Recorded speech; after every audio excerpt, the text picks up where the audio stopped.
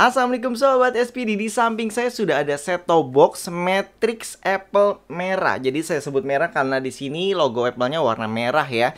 Jadi ada banyak variannya. Jadi ini adalah yang terbaru saat ini 2021, sekarang di bulan Juni ya. Jadi kalau misalkan beberapa bulan ada update lagi ya. Biasanya mereka semua vendor memang selalu mengupdate produknya setiap beberapa bulan. Oke, di video ini saya akan unboxing Matrix Apple merah ini ya. Ini adalah set-top box digital untuk sobat yang mau nonton TV digital. Mungkin TV-nya masih yang jadul ya, yang CRT, yang analog, yang gede tuh. Atau mungkin TV-nya kayak punya saya, udah LCD atau LED tapi belum ada fitur digitalnya. Jadi sobat memerlukan STB untuk mendapatkan siaran digitalnya. Jadi nanti dari antena ke STB dulu baru ke TV. Ke TV-nya bisa pakai HDMI atau RCA. Jadi di sini kita akan unboxing produknya seperti apa. Oh iya, ini adalah titipan, bukan titipan ya. Ini dipinjamkan oleh si Matrix Planner. Jadi bukan dari Matrix ya. Jadi ini dipinjamkan oleh sahabat saya, rekan saya yang memang dari dulu ya kemana-mana gitu. Kalau misalkan kita ada acara ya saya nebeng gitu ya berdua. Jadi di sini walaupun namanya mirip ya, si Matrix itu bukan dari Matrix. Jadi ini dipinjamkan oleh rekan saya ya. Jadi di video ini tidak di-endorse sama sekali ya. Ini murni review dan semua video walaupun di-endorse juga tetap akan saya sebutkan kok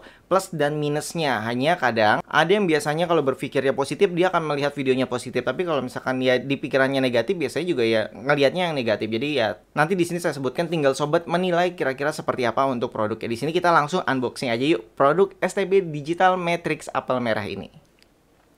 Oke sob, jadi ada dua ya produknya. Yang satu adalah dongle WiFi-nya. Ini ada tulisan Matrix-nya juga di sini.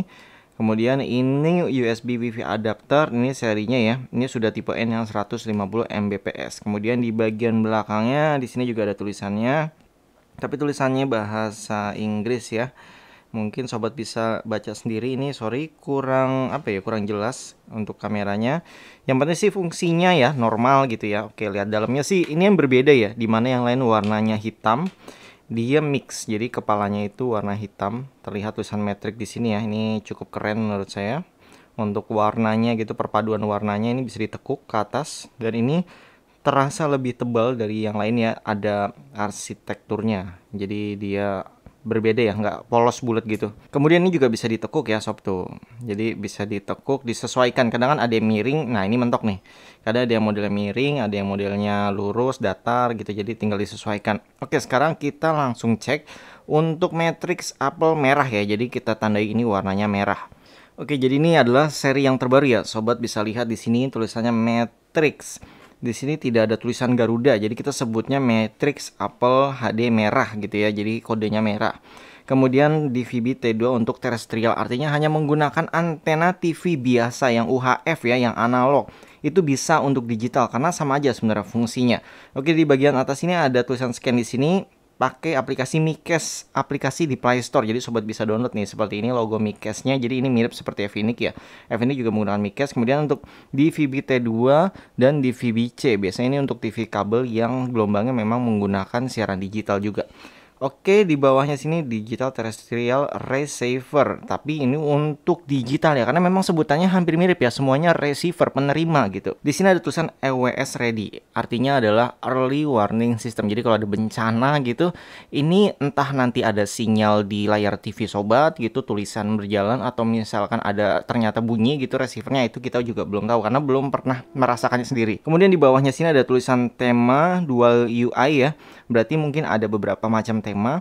Kemudian ini sudah 8 MB memorinya, jadi cukup besar. Biasanya ya aplikasinya lebih banyak kalau yang 4 MB dan 8 MB, perbedaannya di situ. Kemudian sudah Full HD 1080 pixel, formatnya H264 MP4 dan audionya AVC H264 ya. Kemudian ini Mikes TV, jadi dari HP ya. HP connect ke STB ini ya. HP-nya Android biasanya. Kemudian VVR itu biasanya untuk merekam.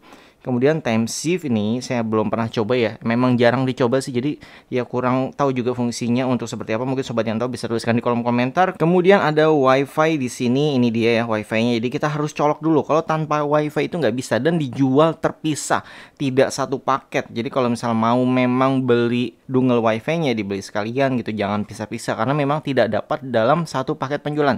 Ingat ya, penjualan terpisah. Oke, kemudian ada IPTV.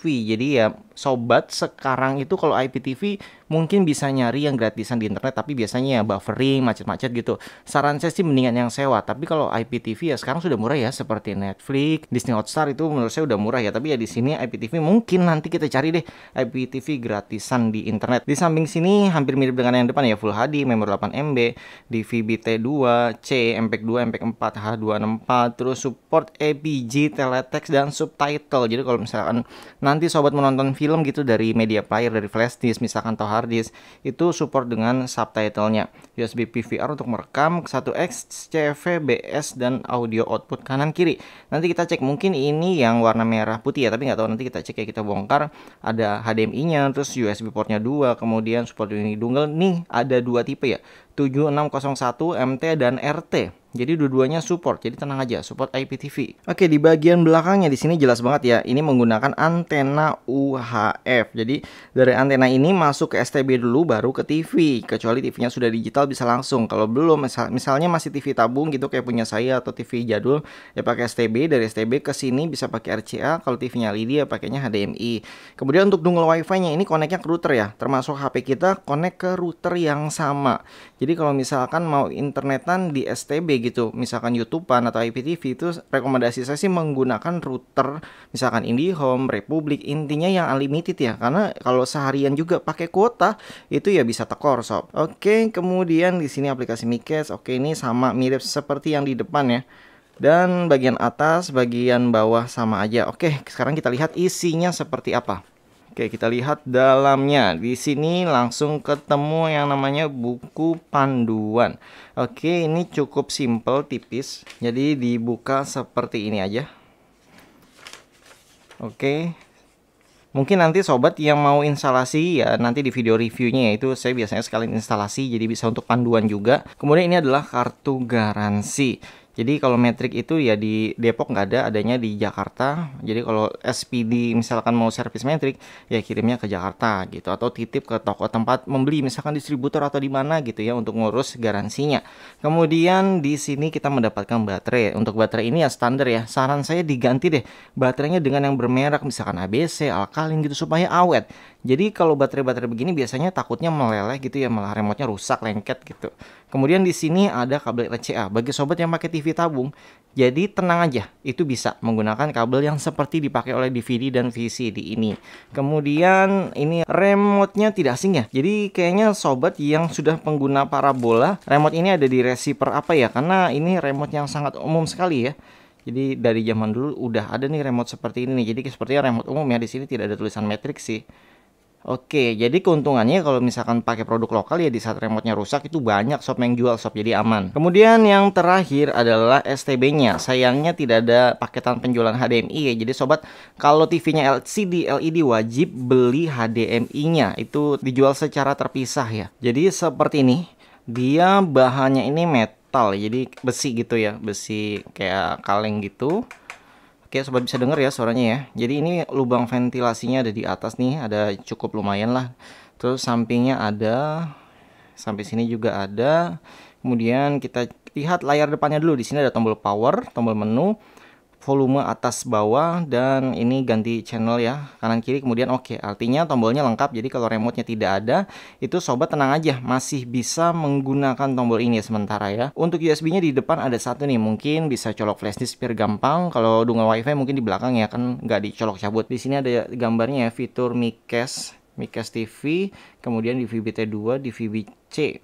Untuk jaringan yang kabel, TV kabel itu harus disesuaikan dulu sob dengan jaringan kabelnya. Misalkan TV kabel sobat apa itu dikonfirmasikan ke sana, ditanyakan ke sana. Kalau tanyakan ke SPD juga nggak tahu ya, karena kan bukan pengelola TV kabelnya. Oke, ini bagian belakangnya biasanya yang paling sering ditanyakan. Jadi untuk kabelnya standar ya. Kemungkinan ini panjangnya sekitar 1 meteran. Terus di sini tidak ada tombol on off, jadi ya sobat dimatikan melalui stekernya aja ya, manual atau dicabut gitu. Kalau lagi hujan petir itu direkomendasikan dicabut.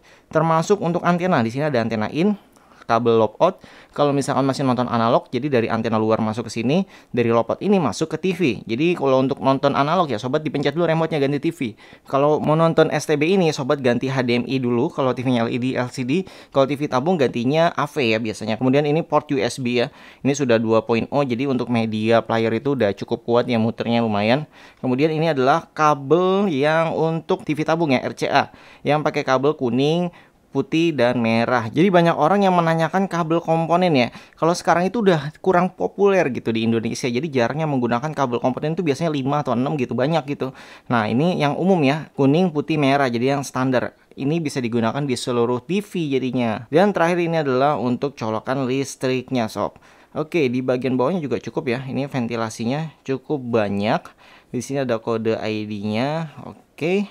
Kemungkinan entah ini power supply-nya 1 apa 2 ya, karena ini disegel jadi nggak bisa dibuka sob tuh. Mungkin sampai di sini aja untuk video unboxingnya. Bagi sobat yang ingin bertanya nanti silahkan tuliskan di kolom komentar. Mungkin nanti untuk video reviewnya bisa saya bahas di sana ya jawabannya ya. Oke, itu tadi videonya sob. Jadi seperti biasa untuk video reviewnya akan saya pisah, karena video saya kan biasanya panjang-panjang ya. Kalau review saya coba sedetail mungkin, semua menunya saya buka, saya cek. Jadinya kalau dijadikan satu video ya nantinya jadi panjang banget. Jadi videonya akan menjadi 2 part. Yang sekarang adalah video unboxing, dan nanti untuk video reviewnya mungkin ada di akhir video ini ya, kalau sudah jadi, atau mungkin di deskripsi video. Oke, jika video ini menambah wawasan sobat, jangan lupa like-nya. Sampai jumpa kembali, salam sobat SPD, wassalamualaikum.